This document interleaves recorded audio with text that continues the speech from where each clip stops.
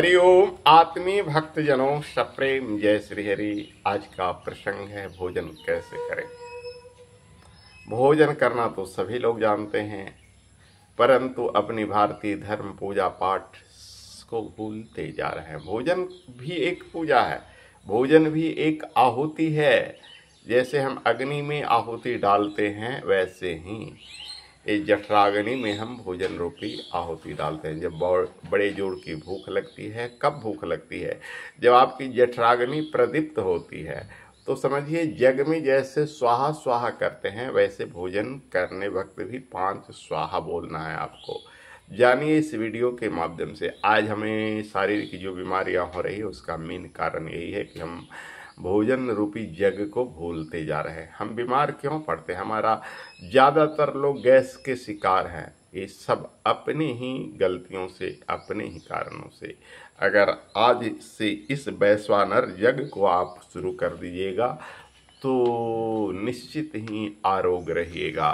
तो आइए इस वीडियो के माध्यम से जानें वैश्वानर यज्ञ ही भोजन ही वैश्वानर यज्ञ है। यह यज्ञ हमें करना है भोजन करने वक्त। ये वैश्वानर यज्ञ हमारे छांदोग्य उपनिषद में आया है। 5वें अध्याय के 19वें से 24वें श्लोक में इस प्रकार से 5 मंत्र आया है। सबसे पहले तो हम गायत्री परिवार के अनुसार भोजन थाल में आते ही गायत्री मंत्र से जल का छींटा चारों ओर मारें। 3 बार गायत्री मंत्र पढ़ लें। ओम भूर्भुवः स्वः तत्सवितो वरेण्यं भर्गो देवस्य धीमहि धियो यो नः प्रचोदयात्। ऐसा कह के 3 बार जल का छींटा चारों तरफ थाली की ओर मारे। उसके बाद जब हम भोजन करें तो इस ढंग से भोजन करते समय 5 मिनट शांत हो जाएं। जैसे भगवान का ध्यान करते हैं और भगवान को यह प्रणाम करें मनी मन त्वदिम वस्तु गोविंद तुभमें ईश्वर। हे प्रभु, यह वस्तु आपने भोजन आपकी कृपा से मिल रहा है, आपको ही मैं समर्पित कराऊं, क्योंकि आप ही का ही मैं अंग अवयव हूँ और मेरे अंग अवयव में जो भोजन जा रहा है वो वैश्वानर जग है। मैं जग रूपी आहुति आपको दे रहा हूँ। तो प्रथम ग्रास, जिसे पहला कौर कहते हैं, उठाते हुए आप पहला मंत्र बोले प्राणाय स्वाहा। प्रथम ग्रास यानी पहला कौर खाते हुए बोले ओम प्राणाय स्वाहा या खाली प्राणाय स्वाहा बोले। ऐसा करने से कि आपका नेत्र माने आंख और इंद्रिय तृप्त होता है, सूर्य और धूलोक आलोकित होता है।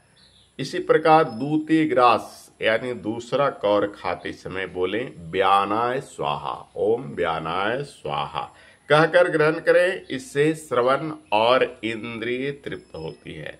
श्रवण यानी कान और इंद्रिय माने हर अंग तृप्त होती है। चंद्रमा और दिशाएं देवता में ये आलोकित होते हैं।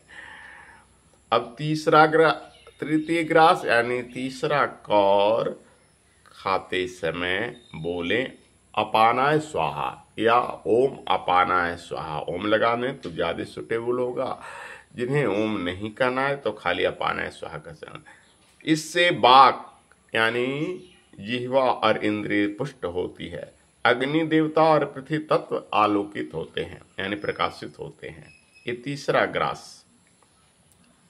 चतुर्थ ग्रास यानी चौथा कौर बोले समानाय स्वाहा यानी ओम समानाय स्वाहा कहकर ग्रहण करने से मन इंद्रिय संतुलित रहती है और प्रजन और विद्युत तत्व यानी ये देवता आलोकित होते हैं, प्रकाशित होते हैं, जिससे हमारे शरीर में चमक आती है। और अंत में पंचम ग्रास 5वां कौर खाते हुए बोले उदानाय स्वाहा या ओम उदानाय स्वाहा कहकर ग्रहण करने से त्वक यानी त्वचा चमड़ा और इंद्रिय दीप्त होती है, प्रकाशित होती है। चमड़ा यानी त्वचा में जो आकर्षण होता है, इसी से मनुष्य एक दूसरे के प्रति आकर्षित होता है और इंद्रिय दीप्त होता है यानी इंद्रिय संतुलित होता है। और देवता में वायु तथा आकाश तत्व आलोकित रहते हैं यानी प्रकाशित रहते हैं।